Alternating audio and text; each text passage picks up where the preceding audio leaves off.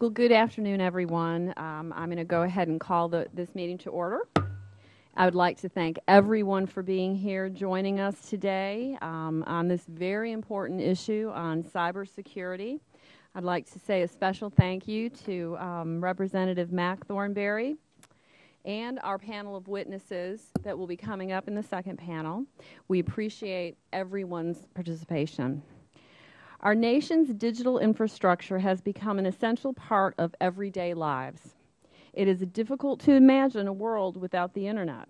It touches nearly every sector of the United States economy, and it is critical to our national security. According to the Federal Communications Commission, over 97% of small businesses utilize the Internet to increase their productivity and overall success. On Tuesday, the Wall Street Journal reported that the online sales for Cyber Monday rose to a record $1.25 billion. This is an increase of 22% from the last year and marked the heaviest single day for online commerce ever. Despite this good economic news, the growth of the Internet technology and e-commerce has also attracted a growing number of cyber criminals looking to steal sensitive information, including intellectual property and personal financial information. These attacks can be catastrophic, as you can imagine, leaving many businesses unable to recover, especially our small businesses. Although we often hear about cyber attacks on large businesses and institutions, a recent report shows the majority of these attacks are on small firms. Small businesses generally have fewer resources available to monitor and combat cyber threats, making them easy targets for expert criminals. Moreover, the sophistication and scope of these attacks continue to grow at a rapid pace. A recent report from the Office of the National Counterintelligence Executive stated that tens of billions of dollars in trade secrets, intellectual property, and technology are being stolen each year by foreign nations like China and Russia. As the leader in producing intellectual property, the United States and small businesses will continue to be a primary target for cyber criminals seeking an economic advantage. Adding to the uncertainty is the difficulty in which one protects themselves online. Protecting our digital infrastructure is complex, and no one agency or private business can do it alone. It takes a true public-private partnership to identify, combat, and share information regarding these sophisticated cyber attacks. Both the administration and Congress have recognized the need to update certain laws and resources to better combat cyber threats. The broad range of issues being considered includes establishing a national standard of reporting a cyber breach, strengthening the criminal statutes, and requiring some private industries to develop cybersecurity plans. We have heard small businesses' concerns about the possibility of duplicative regulations, always regulations, as many industries already have procedures in place to protect third-party information. For example, a company in my district called Diversified Information, who digitally processes healthcare and insurance information, already provides full compliance based on the Health Insurance Portability and Accountability Act, or HIPAA. In considering legislation, we should look to harmonize these regulations to avoid any duplicative rules on small businesses. There is no question cybersecurity is a real and major threat to our nation's economy, security, and every day of life. Moving forward, I am confident the sufficient role of the public and private sector to protect small businesses and our nation against cyber attacks. Again, I want to thank all of our witnesses who are participating today. I look forward to hearing the testimony on how we can better assist small businesses against cyber attacks. I now yield to the Ranking Member Richmond for his opening statement. Thank you to the Chairwoman, and thank you for everyone for coming to participate, especially to Congressman Thornberry, who heads the Cyber Security Task Force, and the recommendations that you all have made. So as a person who represented and was chair of judiciary in the state legislature for 4 years, which cybersecurity was under our umbrella, I can tell you that our states are not as aware as they should be of the risk that's posed. So it's a great thing that we are taking the lead on it and that your task force is doing what it's doing. So thank you for that.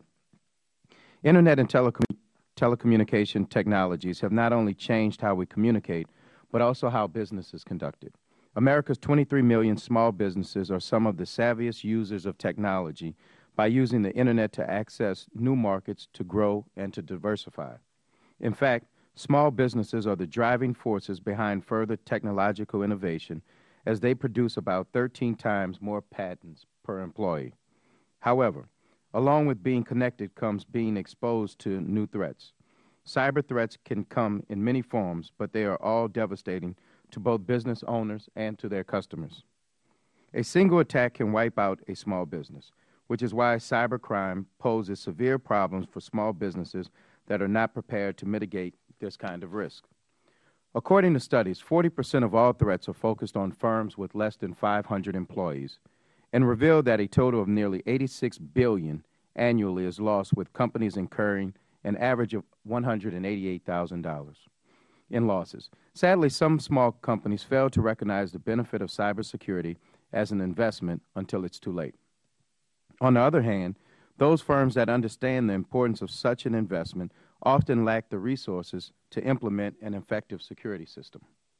The Federal Communications Commission, the Department of Homeland Security, and the National Institute of Standards and Technology have all embarked on efforts to offer federal programs designed to educate the public on computer security. It is worrisome that despite the rise in cyber terrorism over the past few years and the growing impact it has on small businesses, comprehensive cybersecurity policy remains elusive. With 1.2 million people employed at small companies in the New Orleans metropolitan area, it is important to ensure that they are protected against cyber crimes by keeping our nation's cyber security, our cyber infrastructure, incorruptible. That's why I'm co-sponsoring the Homeland Security Cyber and Physical Infrastructure Act as a way to strengthen our infrastructure through research, development, and establishment of innovative cybersecurity technology. Like everyday Internet users, small firms are exposed to cyber attacks and vulnerable to their malicious effects. Today's hearing will give us an opportunity to review whether the increases in federal investment in both financial and personnel resources will have an impact on a small firm's ability to mitigate their cyber risk. The testimony we hear today will help us better understand what role the government can play in educating the American public and the business community about the security risks and challenges they face. Your recommendations on the best ways to protect the nation's small businesses from this growing threat will be useful as we move forward on addressing this issue. In advance of the testimony, I want to thank all the witnesses for both their participation and insights into this important topic. Thank you, and I yield back. Thank you to the ranking member. And I'll say that if committee members have an opening statement prepared, I ask that they be submitted for the record.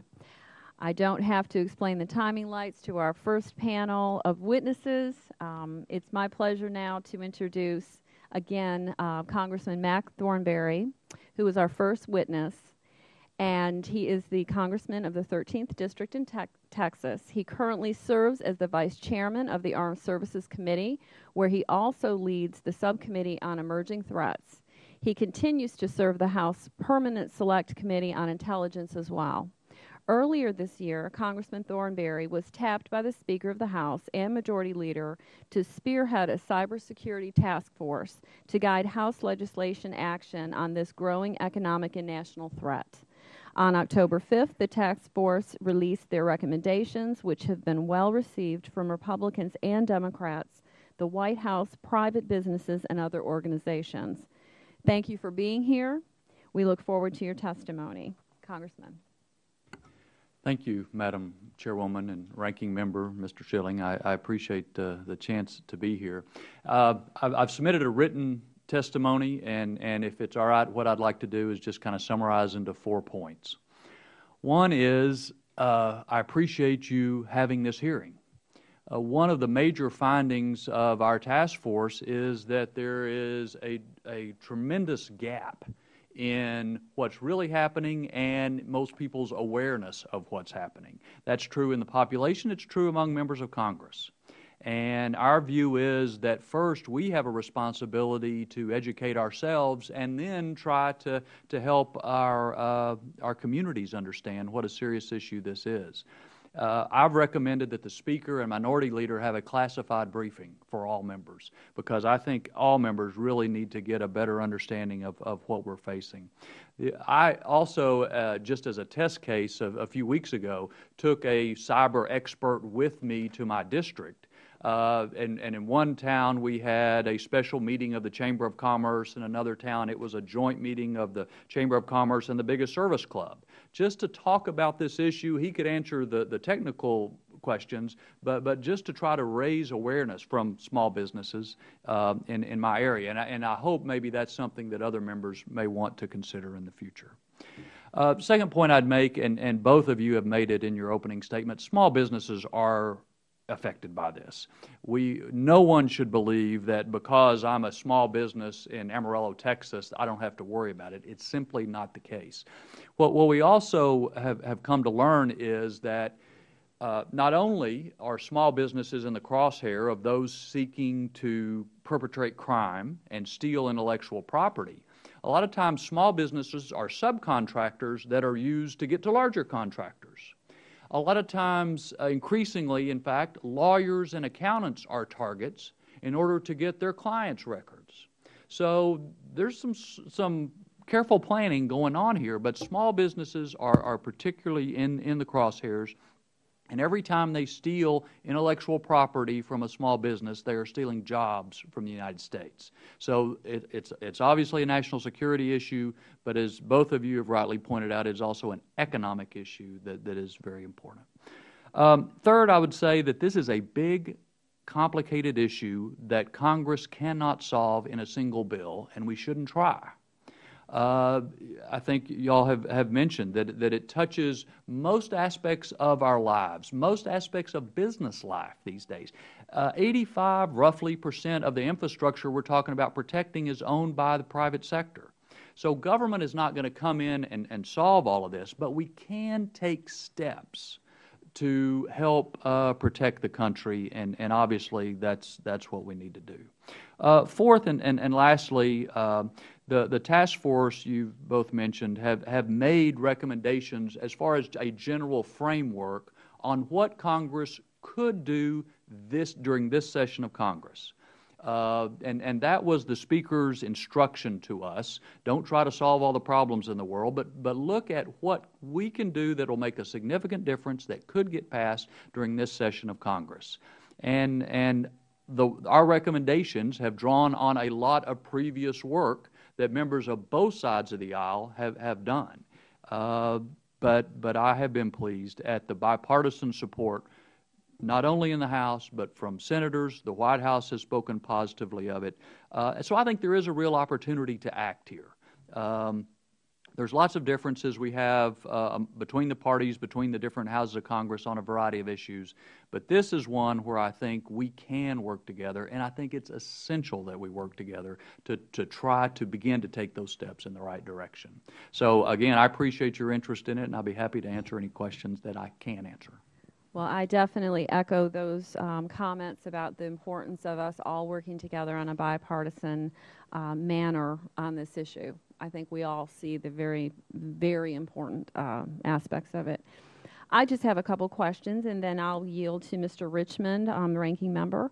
My first question for you, Congressman, is the recent report from the National Counterintelligence Executive Agency revealed that China and Russia are behind a majority of cyber attacks, and that is obviously deeply, deeply disturbing. In your opinion, how does the small business that's out there right now dealing with all of the issues with the economy, how can these small businesses deal with these attacks right now? And what and how should the United States respond to this as a nation? I would say two things, and they are really the central recommendations of our task force. Number one is what's called good hygiene. It is the basic things that we all know we should do, but too often don't do. Keeping our firewalls up to date, our virus protection up to date, not having our passwords underneath our mouse pads in our offices, which a defense contractor told me he just went and checked in one of his offices and found that was the case in a large number of his employees. And the task force received information from a variety of witnesses saying roughly 3/4 of the malicious stuff out there on the internet could be stopped if we all did the basic stuff we know we're supposed to do. You know, the reason they call it good hygiene, it's because it's kind of like washing your hands and coughing in your sleeve and getting enough sleep and drinking enough water, the basic things that keep us healthy. It can keep the internet healthy too. So small businesses, it doesn't take a lot of money, but you need to do the stuff you know you should do. Secondly, though, when you talk about Russia and China, if Russia and China is targeting somebody, good hygiene won't be enough. And so our second central recommendation is to update some laws to allow information sharing where we can use, especially internet service providers, to help defend us against these more sophisticated threats. And so I think you got to do two prongs, basic hygiene, but also update our laws so that we can bring all the resources of government and the private sector to bear against these more sophisticated threats. Thank you. My next question for you, there again, comes from our small business owners. And they're basically saying that, you know, one of the big issues, and we hear this repeatedly, is the threat of regulations and dual regulations, especially those industries defined as critical infrastructure. As a two-part question here, first, has this issue been adequately addressed?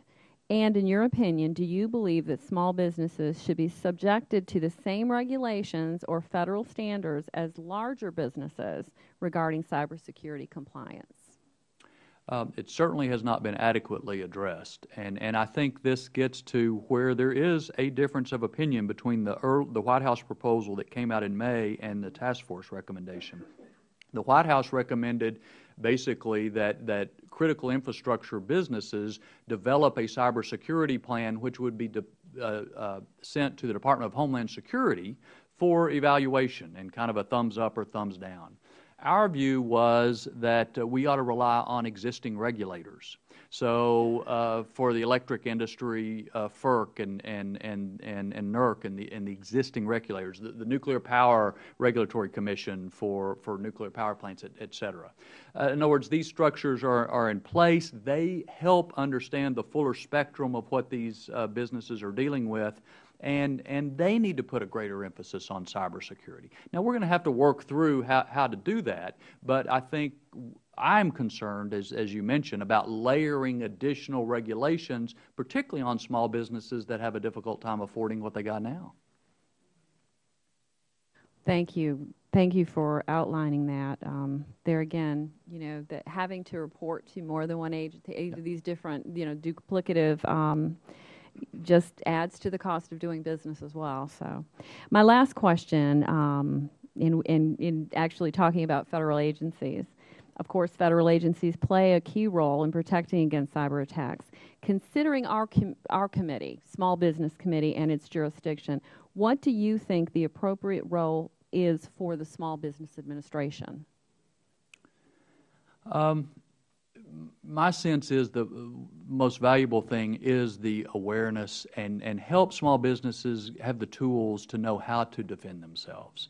And if you can do that, where you don't have to go hire an outside consultant or so forth, if you can just help direct small business to the kinds of things they need to do with that good hygiene we were talking about, I think that would be a tremendous help to small business. But again, when you help all those small businesses, you're also helping the whole internet because you reduce the clutter that's out there, and that helps the more sophisticated entities target those more sophisticated threats. Thank you so much for answering my questions. I'm going to yield now to Mr. Richmond for his questions. Thank you. And I'll try to start where you're leaving off, and that when we talk about education and awareness as a cost-effective way to reduce our cyber breaches. The task force suggested the basic technology tools, industry best practices, and education could eliminate about 85% of the cyber threat. Can you expand on, and I think you just hit on most of it, but what else besides the good hygiene and the other recommendations can we do to further push for a reduction and further accomplish a reduction in cyber attacks?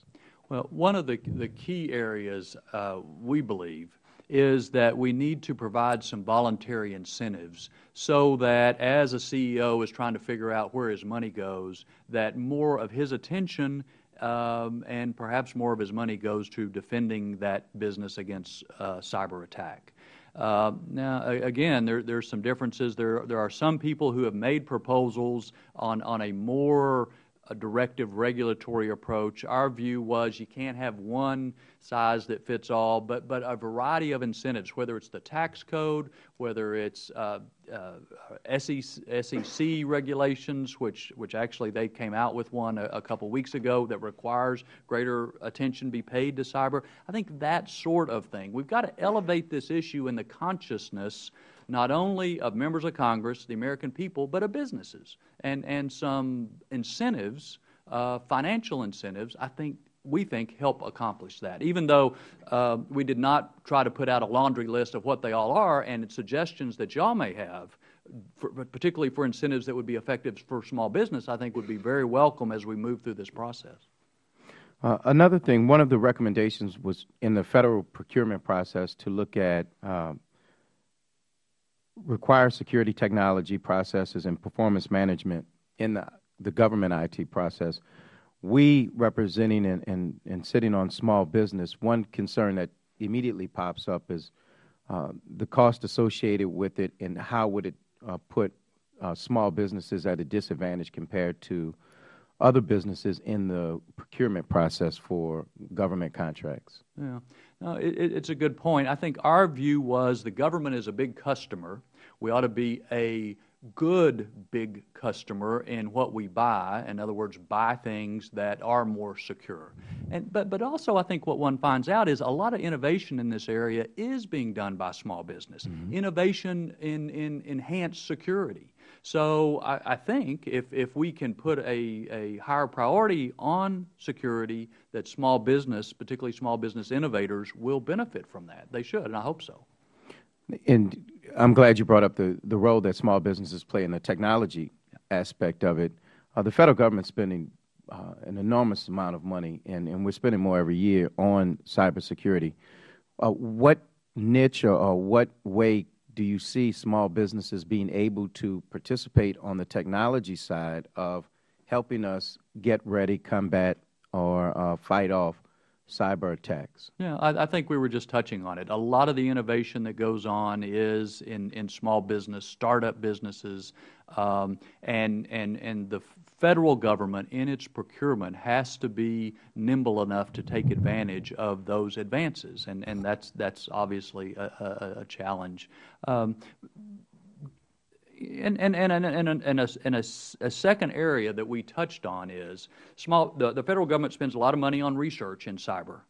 Mm-hmm. We ought to make sure the money we spend on research in cyber is not taking the place of money that private industry is spending on cyber. In other words, displacing some small business that's putting their resources out there. We ought to be complementary, more basic research that everybody can benefit from, rather than researching things that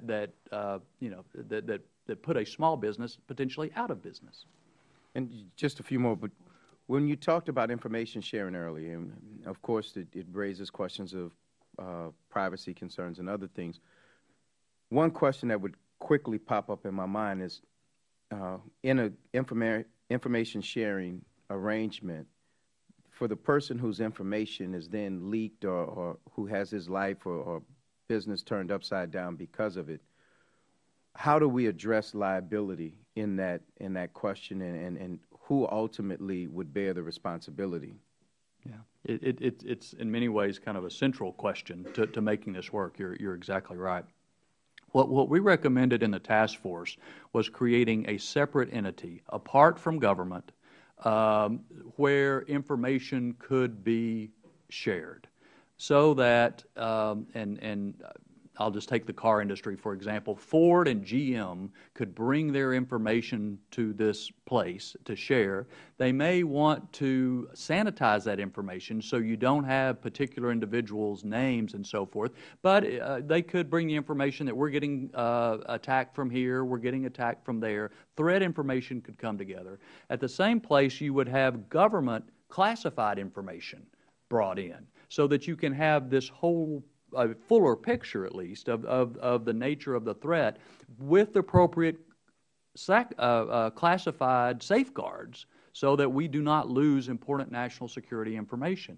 And then, ideally, that information could be acted upon by Internet service providers. So you accumulate this threat information, and AT&T and Verizon can use that information to protect big businesses and small businesses eventually, hopefully. I mean, that's kind of the concept that we talk about. But you're absolutely right that privacy has got to be built in every step of the way, and that if we don't, the American people are not going to go for it, and we will not be able to advance cybersecurity. And the last question is hopefully a short answer, but nowadays with our iPads, iPhones, Androids, and so between the smartphone and the tablet, they're becoming business instruments for many people, especially small businesses. What did the task force, or what's your assessment of what our cell phone companies and those companies are doing in terms of making sure that that there are adequate safeguards in place for threats on those smart devices? As they multiply, the potential entry points for attacks of some sort multiply as well. And I don't think there's been nearly enough attention by the software companies, the hardware companies, or us as individuals into safeguarding these little devices that we all carry around with us. But I will say, I just from the Armed Services Committee standpoint, we're going to start issuing some of these devices to soldiers in the field.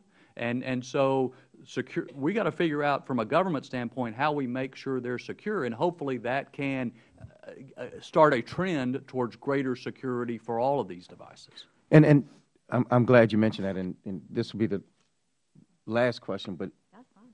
What you just said scares the crap out of me, and because, you know, as I think of my smartphone and the fact that it has great capabilities where parents can use the GPS feature on their children's smartphone to see where they are, the first question in my mind becomes whether the technology's there, whether the companies have the ability to make sure that we're not giving away the coordinates and where our soldiers are. But, you know, so do you think that, and I know that our military and our leaders would address those things, but those types of concerns, we just have to make sure that those cell phone providers and those are very wary of those, especially as more and more, and we talked about troops, but especially as more and more children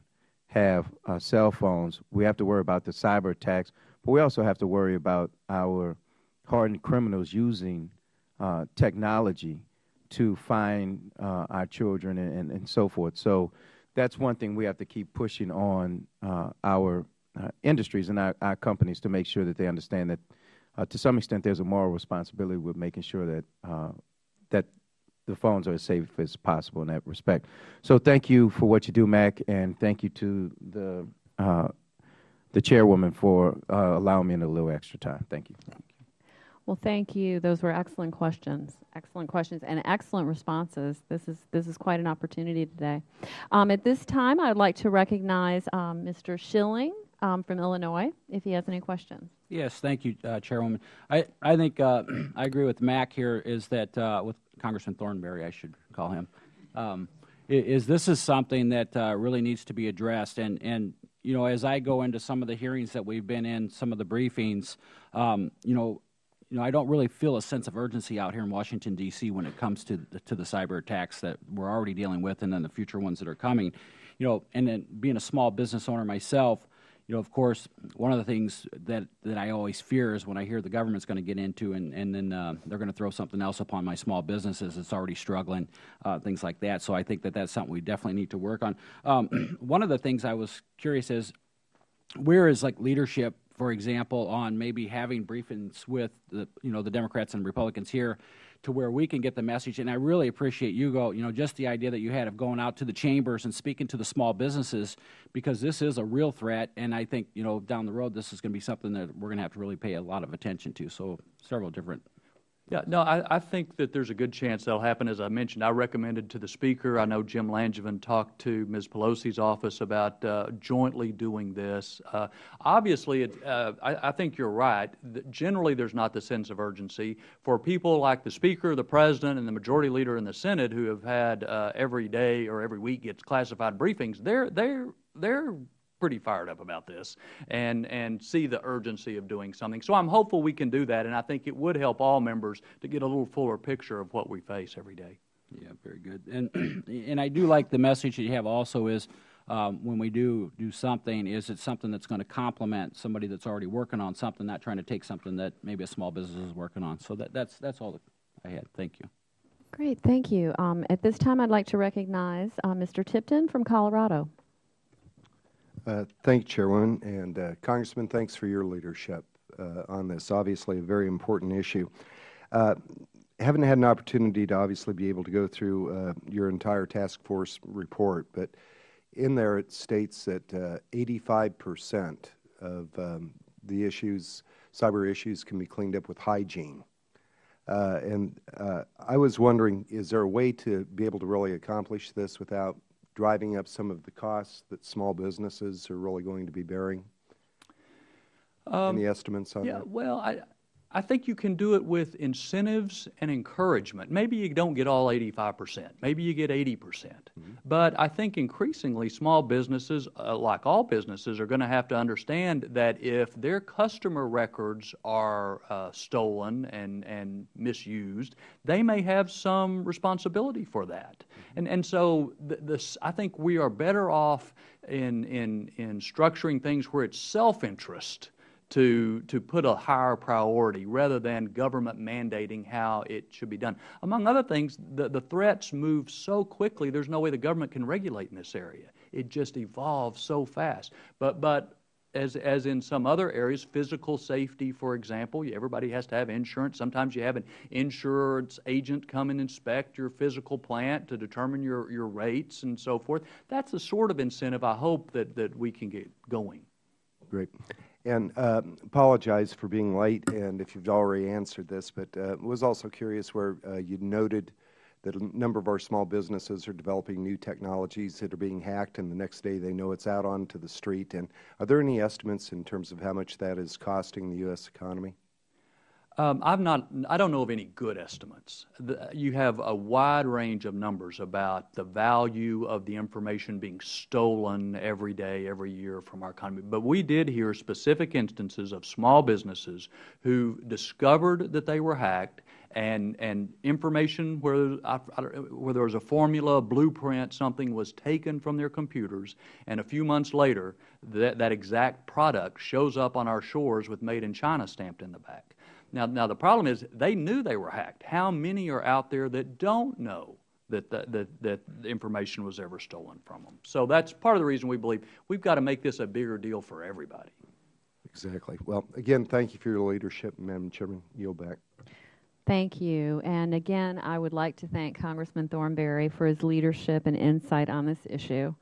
We will continue to work closely with his office and the task force on developing legislation that assists small businesses in combating cybersecurity. Thank you so much. It was a pleasure. I'd like to call the second panel now to the table.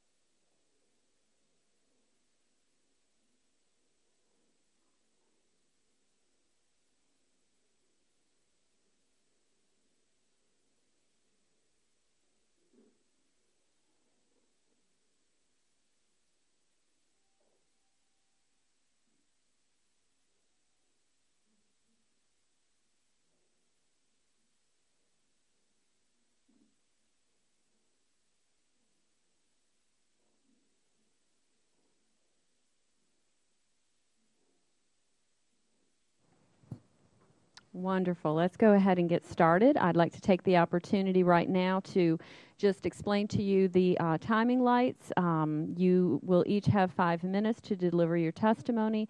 The light will start out as green. When you have 1 minute remaining, the light will turn yellow.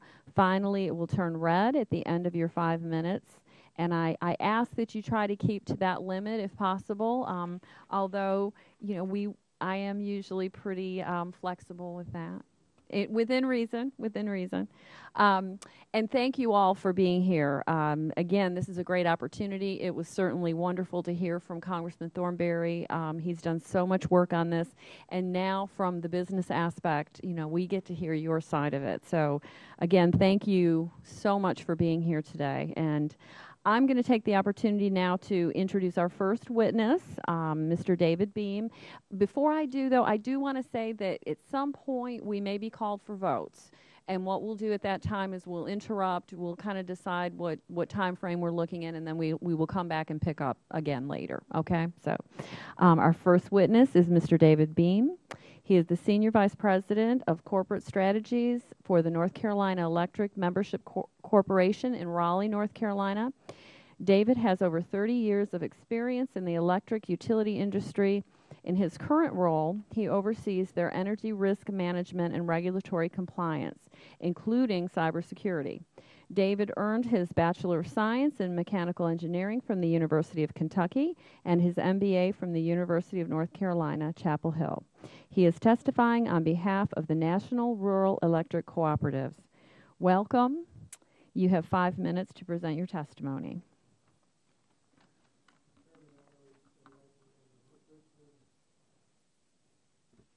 Pardon me. Chairman Elmers and Ranking Member Richmond, thank you for inviting me to testify on cybersecurity impacts on small businesses. My name is David Beam, and I'm Senior Vice President of Corporate Strategy for North Carolina Electric Membership Corporation, or NCEMC. NCEMC is a generation and transmission cooperative providing wholesale power and other related services to 25 of the 26 electric cooperatives incorporated in North Carolina. NCEMC is responsible for reliability and cybersecurity compliance for its own critical assets as well as those belonging to its members.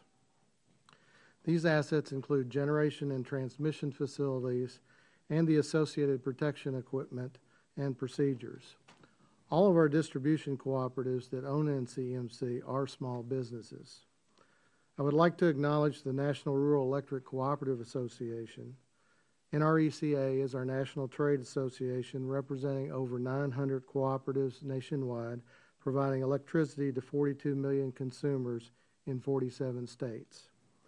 Today I will cover the following: the bulk power system and how it is separate from the distribution system, the origin and purposes of the North American Electric Reliability Corporation, or NERC, how we comply with NERC reliability and cybersecurity standards, and our views on the potential impacts of new legislation. I'd also like to commend the work of Speaker Boehner's Cybersecurity Task Force and the leadership of Representative Mac Thornberry. Generally speaking, NERC standards apply to the bulk power system, which includes generation and transmission assets operated at voltages of 100 kV or higher. Distribution facilities receive power from the bulk power system and transmit it to retail consumers. Because outages at the distribution level generally do not pose a threat to the bulk power system, NERC standards don't typically apply to distribution lines and substations. Contrary to popular belief, hackers cannot easily access the telecommunication systems that overlay parts of the bulk power system. Utilities have comprehensive cybersecurity systems to protect against malicious attacks. Congress created a mandatory and enforceable reliability standards regime for the bulk power system in the Energy Policy Act of 2005. NERC is an industry-funded, self-regulatory organization. Its purpose is to regulate reliability and cybersecurity standards. It also audits compliance and has enforcement authority over those standards. NERC and the Federal Energy Regulatory Commission, or FERC, can fine utilities that violate these standards and have done so. Additionally, FERC can direct NERC to develop new or revised reliability standards. Congress created a stakeholder-driven process recognizing that utility owners and operators best know how to provide reliable electric service and how our complex systems are designed and operated. We want to preserve this process.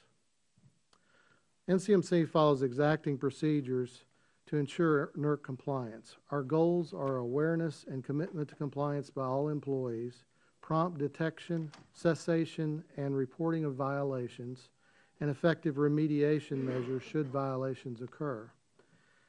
NCMC has devoted significant financial and human resources to assuring reliability and cybersecurity. We employ a full-time compliance coordinator whose sole responsibility is managing compliance with reliability and cybersecurity standards. In addition, NCMC employs a compliance team of subject matter experts who are responsible for compliance with their assigned cybersecurity and reliability standards. NCMC also uses outside contractors to audit and provide recommendations for improving our compliance program. Additionally, at least one employee for each distribution cooperative is responsible for compliance with reliability and cybersecurity standards. We employ strong defensive measures to protect our network and business systems. We have strict security guidelines for securing the network and systems, including policies that govern the access and use of its network and systems. NCMC and NRECA believe NERC processes work very well. The process could be strengthened by narrowly targeted legislation that lets the federal government react quickly to severe imminent cyber threats and increases timely, actionable information flowing to utilities. Any new legislation should cover only assets and systems which are realistic targets of cyber threat and which could truly impact the bulk power system. Casting too wide a net could bring entities like distribution co-ops and other small businesses under potentially very burdensome regulatory requirements with little or no benefit to grid security. Thank you for the opportunity to testify today. I look forward to answering your questions. Thank you, Mr. Beam. I now yield to Congressman Tipton for the introduction of our next witness. Thank you, Chairwoman. It's my pleasure today to be able to introduce Mr. Glenn Strebe. He's Chief Executive Officer of the Air Academy Federal Credit Union in Colorado Springs. He oversees full operations of 9 credit unions, including oversight of their compliance and security issues. Glenn received his Bachelor of Science from the U.S. Air Force Academy. My son-in-law is also a graduate of the Academy, and an MBA from the Colorado State University. He is testifying on behalf of the National Association of Federal Credit Unions. And Glenn, welcome, and we look forward to your testimony. Good afternoon. Chairwoman Elmers, Ranking Member Richmond, and members of the subcommittee. My name is Glenn Strebe, and I am testifying today on behalf of the National Association of Federal Credit Unions, or NAFCU. Thank you for holding this important hearing. I appreciate the opportunity to share my views on cybersecurity and data security at our nation's credit unions. NAFCU supports efforts to enact comprehensive data and cybersecurity measures to protect consumer data. Credit unions and other financial institutions already protect data consistent with the provisions of the 1999 Gramm-Leach-Bliley Act. Unfortunately, there is no comprehensive regulatory structure similar to what was put in place for financial institutions under Gramm-Leach-Bliley for other entities that may handle sensitive personal and financial information. Consistent with Gramm-Leach-Bliley, the National Credit Union Administration established administrative, technical, and physical safeguards for credit unions to ensure the security, confidentiality, integrity, and proper disposal of consumer information and other records. Every credit union must develop and maintain an information security program to protect data. Additionally, the rules require third-party service providers that have access to credit union data take appropriate steps to protect the security and confidentiality of this information. Gramm-Leach-Bliley and its implementing regulations have successfully limited data breaches among financial institutions. I have outlined the specifics of the Act in my written testimony. At Air Academy Federal Credit Union, we are relentless in our efforts to protect sensitive data. The increased reliance on Internet-based services has created new challenges and expenses over the past decade. With over a quarter of our members living out of state, a large number of our transactions are performed online.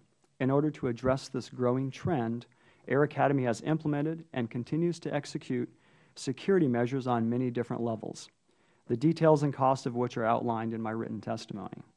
At Air Academy, we take cybersecurity seriously. We use an ethical hacker that tests our security measures looking for hidden vulnerabilities. Our laptops and thumb drives are encrypted in case they fall into the wrong hands. We change penetration testing vendors as well as our service providers every 2 or 3 years to avoid complacency and to keep a fresh set of eyes on our security system. While all of these steps are costly, they are best practices. Despite Air Academy's efforts, the inadequate security systems of other entities still leaves our members' data vulnerable to hackers and thieves. Everyone has heard about large national data breaches that impact millions of payment cards, but many breaches are small and on the local level. For example, in 2009, a local liquor store failed to protect card data because they claimed no liability. We suffered over $60,000 in losses. Data breaches are a serious problem for consumers and businesses. Financial institutions such as credit unions bear a significant burden as they incur steep losses in order to reestablish member confidence after a data breach occurs. NAFCU has developed a list of items we would like to see addressed in any data security bill. They are outlined in detail in my testimony and include payment of breach costs by breached entities, national standards for safekeeping of information, disclosing of data security policy at point of sale, requiring disclosure of the breached entity, enforcement of prohibitions on data retention, and timely notification of account servicer when a breach occurs. In conclusion, NAFCU supports new measures to protect consumers' financial data. Creating a comprehensive regulatory scheme for those entities that currently have none is critical. A safe harbor for financial institutions already in compliance with Gramm-Leach-Bliley should be included in any data security bill. Further, if more regulations are needed to address new concerns, it should be the functional regulators that are charged with promulgating new rules. Finally, any other party that holds sensitive information should be held liable when responsible for a data breach. Thank you again for the invitation to testify before you today. I would welcome any questions you may have. Thank you, Mr. Strebe. I now yield to Ranking Member Richmond for the introduction of our next witness. Thank you, Madam Chairwoman. It's my pleasure, my honor to introduce to everyone Dr. Phyllis Schneck, who is the Chief Technology Officer for the public sector at McAfee, a leading provider of cybersecurity software. Ms. Schneck received her Ph.D. in computer science from Georgia Institute of Technology, where she pioneered the field of information security and security-based high-performance computing. In addition to her role at McAfee, she currently serves as the chairman of the board of directors of the National Cyber Forensics and Training Alliance. Ms. Schneck was named one of the top 25 women leaders in information security, and she also holds 3 patents in high-performance and adaptive information security. Welcome, Ms. Schneck. Thank you. I'm sorry, Dr. Schneck. Thank you. Good afternoon, Chairman Elmers, Chairwoman Elmers, Ranking Member Richmond, and members of the subcommittee. I am Phyllis Schneck, Vice President and Chief Technology Officer for the Global Public Sector for McAfee, testifying today on behalf of the Software Information Industry Association. SIIA is the primary trade association of the software and digital information industry, with more than 500 members that develop software and electronic content for consumers, business, education, and the Internet. McAfee, Inc. protects businesses, consumers, and the public sector from cyber attacks, viruses, and a wide range of cybersecurity threats. We're the world's largest dedicated cybersecurity technology company and a proven force in combating the world's toughest security challenges. McAfee is a wholly owned subsidiary of the Intel Corporation. We appreciate the subcommittee's interest in cybersecurity as it affects small business, which plays such a large part in our nation's economy. While small business falls prey to the same security risk as large business, most small firms cannot afford a dedicated security staff, nor do they have $1 million budget to purchase enterprise security solutions. Nevertheless, small companies must meet the same security and compliance requirements as Fortune 500 firms just to remain in business. The importance of small business to the national economy cannot be overstated. According to the Small Business Administration, small firms represent 99.7% of all employer firms. They've generated 65% of new jobs over the past 17 years, and as Ranking Member Richmond mentioned earlier, they produce an order of magnitude more patents per employee than even the large patenting firms. Today's cyber threats are more sophisticated and targeted than ever. They're growing at an unprecedented rate. McAfee Labs finds, for example, that both malicious URLs and malware, they've grown almost sixfold in the past 2 years, and in 2010 we saw more malware than in all of the years previously. One of the most insidious cyber attacks is a low-level incursion, sinks below the radar, quietly exploring and stealing the contents of the network. Security professionals call this an advanced persistent threat, or an APT, and McAfee has uncovered several over the past year. The most recent, Shady Rat, has been stealing valuable intellectual property from more than 70 organizations across 14 countries, including small firms, in addition to government contractors, nonprofits, and government agencies. And this is not an isolated incident. A 2010 survey found that 60% of organizations report a chronic and recurring loss of sensitive information. More than 1 million small businesses and retailers were victims of some type of information theft in 2010, with 56% of small and mid-sized businesses experiencing this type of banking-related fraud in 2010, and 75% of it coming from online sources. Among small business falling prey to bank fraud, 61% were victimized more than once. We're only as secure as our weakest link. To further help small business, we recommend 3 guiding principles to make the cost of security most effective. Practice risk management first. Next, minimize the amount of sensitive information retained in the network. And third, invest in the appropriate level of security. And finally, we have some policy recommendations. A heavily regulated approach would not necessarily make organizations more secure. It makes them more compliant, and it would stifle innovation. On the other hand, positive incentives and subsidies have a high probability of success in 2 ways. First, a higher chance of better actual outcome, and secondly, a higher probability of good legislative success. There are a variety of proposed approaches found on incentives, including the recommendations that we heard earlier from Representative Thornberry of the House Republican Cybersecurity Task Force, and some promising approaches on the Democratic side. We support the following approaches: litigation and legal reform, imposing limitations on liability for damages as well as for non-economic loss would remove a serious obstacle to information security investment, such as the risk of being held responsible for losses notwithstanding a company's good faith investment in good cybersecurity. Public-private partnership on information sharing. The Departments of Defense and Homeland Security manage many public-private partnerships. McAfee plays a key role in several. These partnerships aim to ensure that senior corporate and government officials share vital information and best practices, and they're especially important for small businesses. Competition scholarships, research and development help identify and recruit talented individuals that foster innovation in advanced basic and applied solutions and bring those individuals to the cybersecurity workforce. Tax incentives. Accelerated depreciation or refundable tax credits should be considered to encourage critical infrastructure industries to make additional investments in cybersecurity technologies, solutions, and human capital. The same approach could be effectively applied to small business. Insurance reforms. Because of the lack of actuarial data, government should consider implementing reinsurance programs to help underwrite the development of cybersecurity insurance programs, which could be phased out as insurance markets gain with cybersecurity coverage.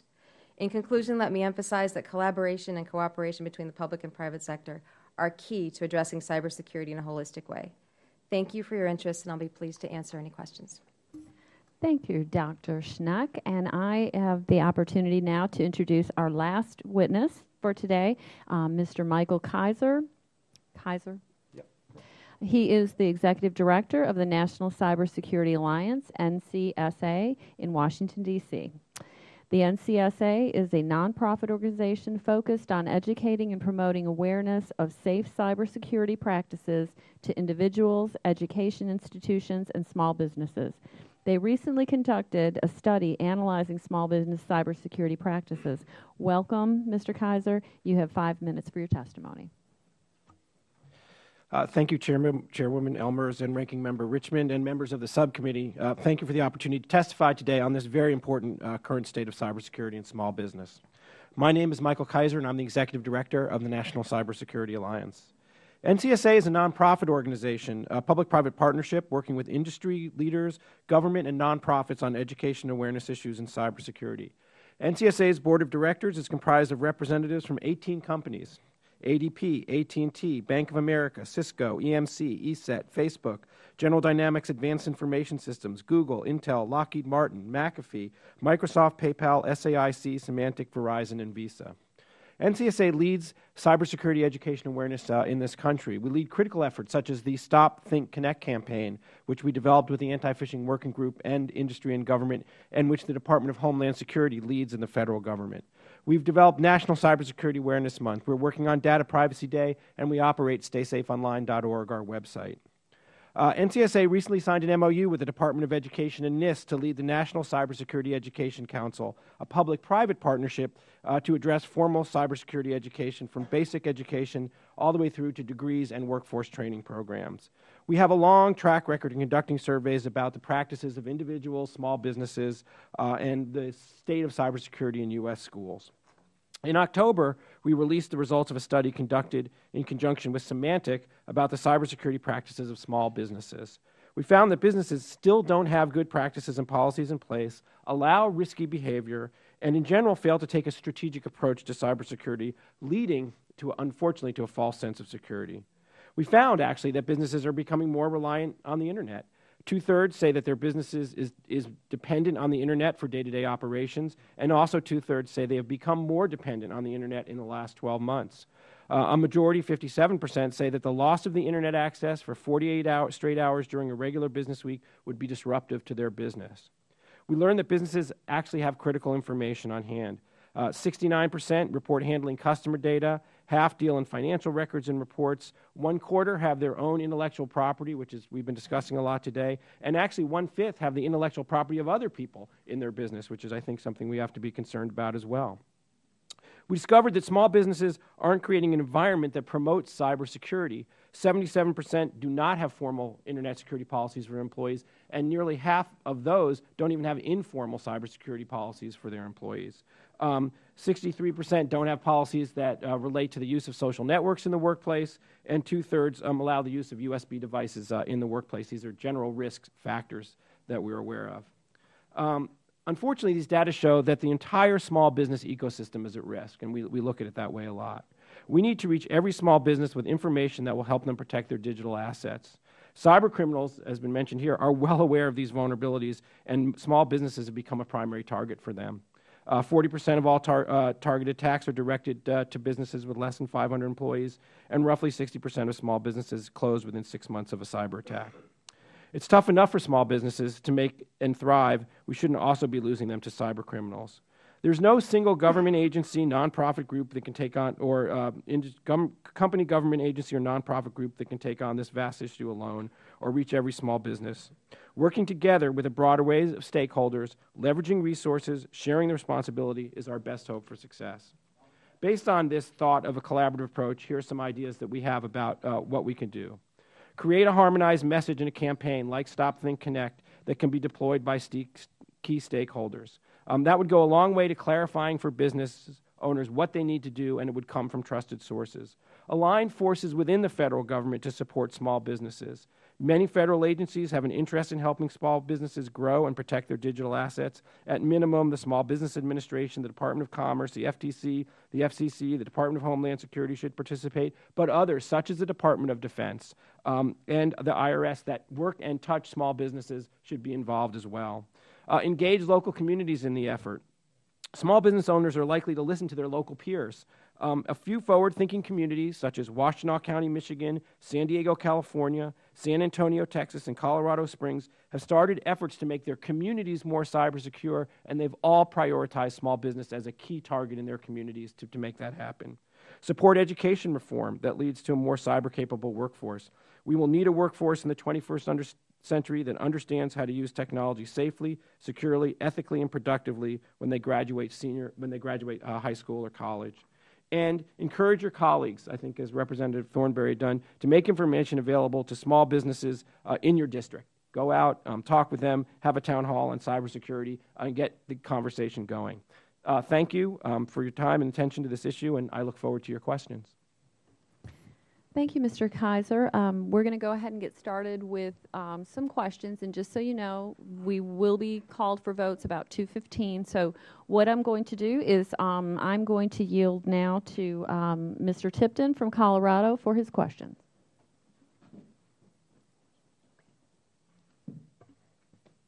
Thank you, Madam Chair. Glenn, I'd like to thank you for joining us. Once again, it's good to have a Coloradoan here and to be able to see you. You know, was disturbed a little bit the stories that you had in your written testimony about the cost to your businesses in terms of the data breach from the other company. I believe it was the liquor company. Is that right? Yes, it was. A mistake ended up costing you thousands of dollars for something that you had no control over. And you also mentioned that you were only able to recover 35% of your incurred expenses. What additional steps would you recommend that Congress and this committee take to curb this phenomenon and without imposing burdensome regulations on small businesses? As I mentioned in my verbal comments as well as in the written testimony, one of the things that does not occur out in the business world is the fact that there is no liability, there is no accountability. In the case of that liquor store, the police were involved in that case, and they themselves were confronting the liquor store, asking them, you know, what are you doing? And they said, well, we don't have any liability, so we're not really going to worry about it. And as a result of that, it cost us over $60,000. What would I do? I would look for the opportunity to hold accountable, as I've written in testimony, hold accountable those businesses that have such a cavalier attitude. I appreciate that. And Dr. Schneck, I believe in your comments you'd said that we've got to be very cautious that we just aren't in a matter of compliance as opposed to actually having the security that's going through. Would you like to expand on that a little bit? Because I think as small business people, we often see we spend a lot of time making sure we're complying as opposed to getting the job done. Right. So thank you. The problem with regulation is that it draws the box. It draws the box where they have to take the money and invest. And it does two things. Number one, stifles some innovation, because if companies are only having to fill that box and invest in those X places, it doesn't leave a lot of room for advancing creativity, saying, well, how else can we solve this problem that might be better? Because the regulation is, this is what we have to buy. It's in this box. The second thing it does that can really hurt small businesses, it shows the adversary, the cyber adversary, everything that's outside of the box. As small business is already a target, as has been mentioned, not only a target to bounce into a larger enterprise, but small businesses in many cases are developing the intellectual property that could make the next jet engine. So, and working on national security and holding private information, all kinds of ways. So they are holding the same intellectual property and harboring the same risk as a big company that can afford a dedicated team and the best security, but they can't afford, they don't have the extra money to do that, to secure their piece. And at the same time, what regulation would do is show the outline of the box and show the bad guy exactly where you can go straight into those small businesses that can't afford to protect it. So what we really need to do is incentivize, and as has been mentioned by Representative Thornberry and some other colleagues, some good incentives for businesses to be able to target that investment up front, make cybersecurity part of the corporate risk, and go ahead, as I mentioned, and minimize the amount of information that's stored on their network. Compliance and regulation are not going to protect us. So be very cautious about trying to have a one-size-fits-all regulatory policy. Exactly. Or anything that doesn't allow innovation. Great. Thank you so much. I yield back, Madam Chair. Thank you. I am going to go ahead and ask my questions now. This question is, I'd like to ask the entire panel for your opinion. There's a variety of federal agencies and organizations involved in combating cybersecurity, as you know. Do you think small businesses know where to go to get the best information and assistance? And if not, what recommendations do you have to help us get that information out? Starting with Mr. Kaiser. Yeah, you know, we take approach to all this similar approach across all education awareness and cybersecurity on this issue, which is that we should not try to spend a lot of time trying to get, in this case, small businesses to trust other entities for new information we should be going to the entities that they already trust and getting them to disseminate a very similar, comprehensive, harmonized message. So whether it's in their vertical of their industry, or to a government agency that they already trust, or back to a software provider or an ISP, if we can coordinate and harmonize that messaging, then they'll just go to who they trust, and no matter where they go, they'll get the right message. And I think that's really the work that we have to do at this level to support them at the lower levels. I would definitely agree and echo those remarks. I would add that the cyber adversary is fast, shares information very well, already has trust, is often very well funded. So they can act without any legal boundaries, IP boundaries, and that's why they're winning. The very best thing that we can do as the good guys is match that and then go one step better. Since small business makes up 99.7%, how you calculate that as part of the fabric, they're a large part of the cyber information and situational awareness that we'll see. Breaches, how they happen, what they're seeing.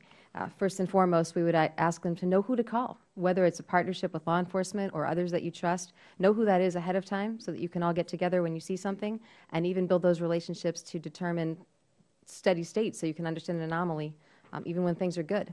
The second thing is work with those public-private partnerships. They're so important because not only do small businesses get access to people and resources that do have million-dollar budgets to do things and see more things globally, but you also put information from that 99.7% of the fabric back into the pot that protects the entire fabric. We, again, only are as good as our weakest link. Our small businesses are so strong in the innovation, we can't let them be weak in the security just because of money. And we have to incentivize that spend and incentivize putting some of their resources into those partnerships. I believe at the most basic level, working with some of your business customers or business owners to educate them on where they can find that information is very, very crucial. I can't really speak for everybody else out there. I can speak on behalf of our credit union.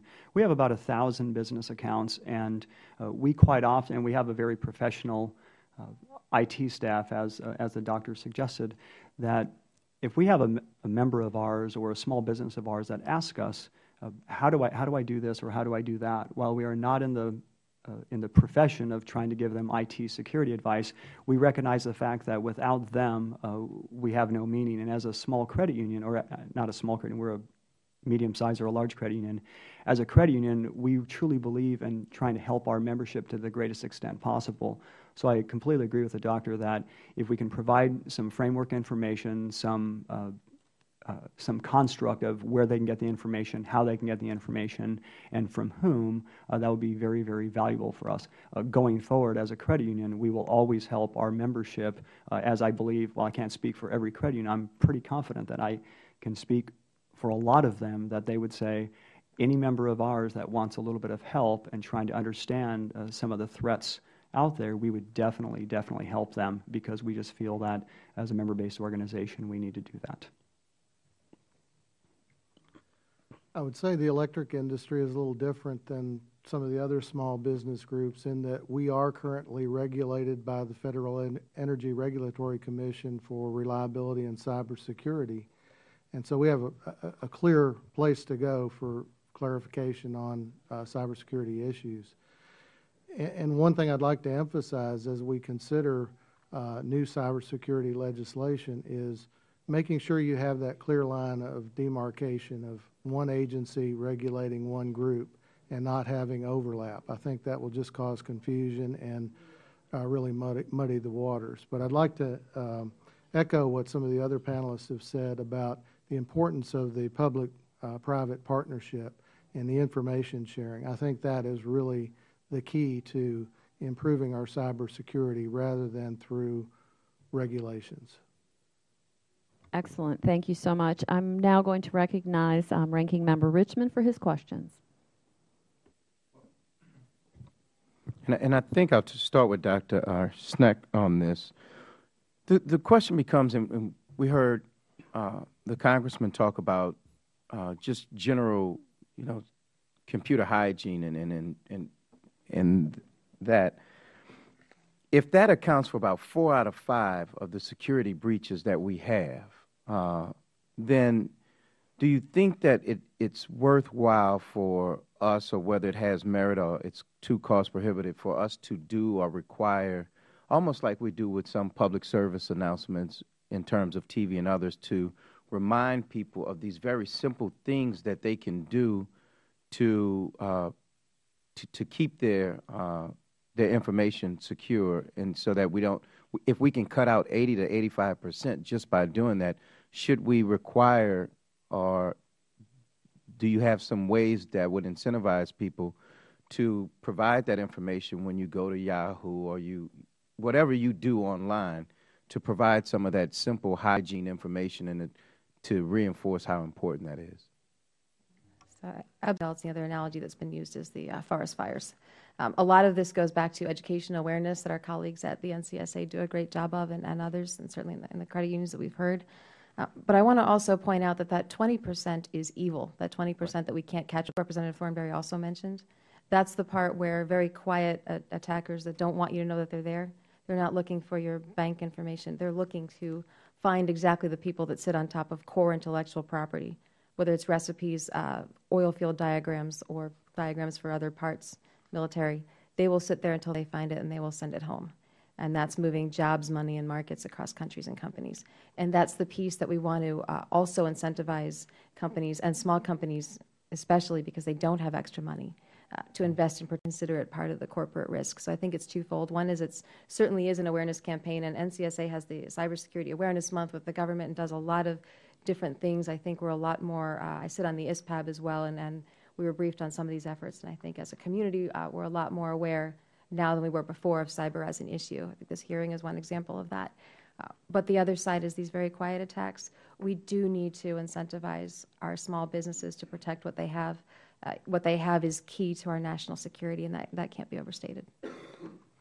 Well, and part of my thinking was that if we can eliminate 60 to 80% strictly by information and being very creative, it would allow us and free up more money, more time, more energy to focus on those people who are going to try to do it no matter what all the time and are very sophisticated and evil with it. And anyone can answer this question, but how has cloud computing, I guess no pun intended, clouded our ability to protect ourselves? And I guess as I just started to look at some of my new data in the office, and they talk about cloud computing, it just scares me to just have information floating out there. So how safe is it, and how has it complicated your jobs and our ability to keep the country safe? I guess I'll start. So the important thing is to protect data in motion, data at rest, and data in use. What cloud does is it outsources data processing. So it says that you are, to your point, you're sending your information somewhere else to be processed, and then it comes back so that you can view it. And the danger that people immediately sense is, while it's not on my network and in transit, and while the third party is holding it, is it protected? And these are the questions that have to get answered. The very, very beneficial side of cloud computing is that it's very efficient. You can package your computing processing power. You can have somebody else pay the bills for chilling the computing and doing the efficiencies. You can do high-performance calculation. The data comes back, and it's a fraction of a price as if you had a CPU in every machine. And that scales beautifully. So for small business, you can outsource a lot of your computing needs, and it ends up saving them a lot of money. The other side is they have to make sure that when those data are in transit, they're working with a third-party provider that is taking care of encrypting or protecting the identity of the data when it's in storage, when it's being processed, and certainly on its way back. A big advantage is that if you're using a good provider, whatever service it is, the high-end providers do have the million-dollar budgets to secure things right, whereas the small businesses may not. So there are a lot of efficiencies and a lot of security built into cloud, even though it requires that we send our data off-site. And this question would be for Mr. Kaiser.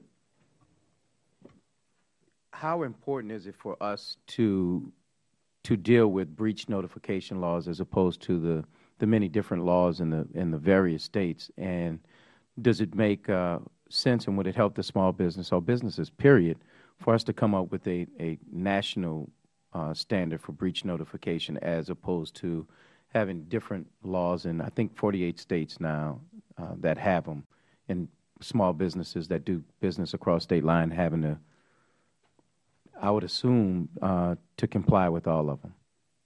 Yeah, I think that at the end of the day, I think wherever we can have clarity for both businesses and consumers, that's a good thing, right? So people know what to expect when something happens and know what will happen if something happens. And how that gets accomplished, I think, could be done probably in a number of different ways. But I do think that clarity, where if, because the data really lives everywhere, because not only of cloud, but just the way the internet works, as a consumer, I'm doing business with people all over the country when I'm using the internet, and small businesses are doing business all over the country. I think where we can have clarity about what will happen when a breach occurs, and from both sides, both as the person whose information was lost and also as the person or business that lost the information, I think that's just helpful in general. On a lot of these cyber issues, not only that, but also on education and awareness, clarity about the message. Those things help. It's kind of confusing world out there, and there's a lot of different messages. So anything that helps that, I think, is good.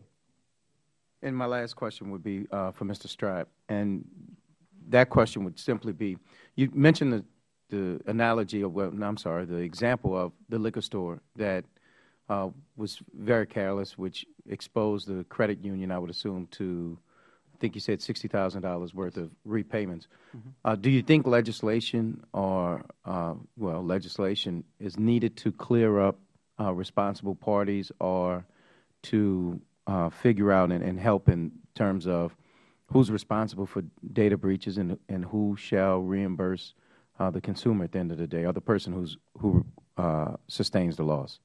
I think with legislation you can create a framework that any small business can follow. When you look at things, we've talked about hygiene today. If they're not following simple hygiene and they're not doing a basic standard of care, I think responsibility can be held or liability can be pushed back onto a small business. If they take care of that, or if they create or through legislation create a framework and create, here's the exact things that you're going to do, and they follow that, and they are not negligent, I think you could essentially hold them harmless for, again, a due standard of care. Anytime somebody just completely thinks that data security and cybersecurity is off the radar screen for them, and they think that they can push all of the responsibility back to us as a financial institution, I think that creates substantial challenges for us as a financial institution. In addition, I think it's really valuable from a reputation risk standpoint to understand that anytime there is some sort of compromise and we notify our members that what has happened, they automatically think it was us as a financial institution that was penetrated. And when that happens, we spend a lot of money trying to overcome that and trying to tell them that, well, it wasn't us, we can't disclose that to you, we can't make public who it actually was, and as a result of that, those costs are borne by us. And so as I look forward, I do believe a construct or a framework can create a basic standard of care that they're going to have to follow and things that they need to do. And if they're negligent in that, then they can be held responsible. Can you try to address every single item? I don't believe you can, because as was mentioned before, every time you try to solve one thing, there are two more things that come onto the horizon, and then you're just continuing to chase your tail. I just look at it and say there are some basic necessities in commerce today that have evolved over the past 10 years that a businessman really, really needs to grab a hold of and make sure that they're accomplishing. Thank you. Now yield back. I have one more question, and I'm going to quickly, and it's all for the entire panel. Of course, we're hearing about the statistics of the frequency of the cyber attacks. In general, if you can give us an idea in your sector of business what that frequency is, how often, and how often do you receive information from the federal state government warning you of any particular or upcoming threats that might be occurring? Starting with Mr. Kaiser. Yeah, we don't really deal in that kind of information between the industry and government, but I will say, just as a regular person who looks at the news every day, those threats, those attacks are happening all the time, and so we really need to be able to respond to them. So we see 66,000 new variants of malware every day in McAfee Labs, and that's only going up. And then if you take that and you look at the story across the sectors, those malware samples and variants are being used to do things such as steal the oil field exploration diagrams across the energy sector. And these are things that we've published. I think you ask a very important question: how much do we get from the government? Not much right now. And that could be because of framework. It could be because of the structure.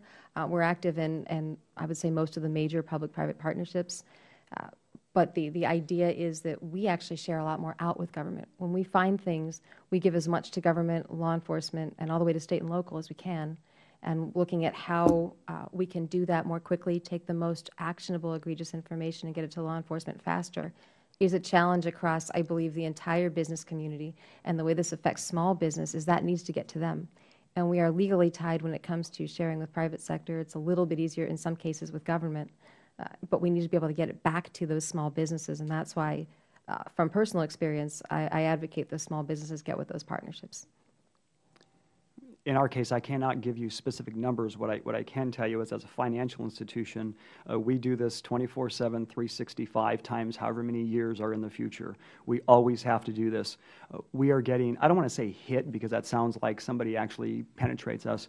We always see, we have a fortress or a cyber fortress that is built around our financial institution, and we always see people coming from all around the world trying to find vulnerabilities in our system and IP addresses that are open, and they can try to penetrate our system. We 24/7, 365 times the future. That's exactly how many times we see it. It's always happening.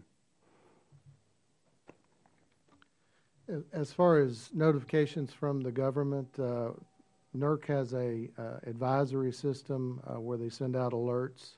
We've received 40 of those since 2008. Of those, the majority were advisories that were just advising us of a potential issue. Only a handful were things that required us to take action, but we did take action on those. And none of those was an imminent threat. They were a potential threat that you needed to prevent. On the business side, we have our system divided into two completely separate networks. One controls the electric system, and one is the business system. The electric system is completely separate from the internet. There's no connection. And so we've had no outside traffic ever able to get onto that system and cause any kind of malicious attack. On the other side, in 2011 alone, we got 74 million emails hit the firewall. Of those, only 16 million got through, and those in our internal review processes only allowed 4 million through to the actual end users as legitimate emails. So as everybody else has said, we're constantly getting things that are malicious in one way or another, be it spam or whatever, but they're not necessarily attacks from a foreign government of that type. As far as anything that was actually directed to the electric system in a malicious way, we've never had an attack that we're aware of. And Mr. Strebe, have you, in your industry, in the financial credit union world, does the federal or state level of government, do you get notifications that they're an imminent threat? If I waited until I got the information from them, it would be way too late. So you're on top of it ahead of time. We quite often end up sharing what is happening in our institution with other folks that are out there. Yeah, we can't wait. Yeah. We know before everybody else does. Okay, well, because it's real time for us. Thank you. Thank you. I just wanted to make sure I clarified that. And again, thank you to all of our participants, you know, Panel 1 and Panel 2. This subcommittee will continue to closely follow this issue. I want you to be aware of that and know that we are going to be working on this very issue. It is clear that there is no one-size-fits-all policy for cybersecurity. I look forward to working with my colleagues to make sure small businesses have the resources available to combat cyber attacks while not adding to any duplicative regulatory burdens. I ask unanimous consent that members have 5 legislative days to submit statements and supporting materials for the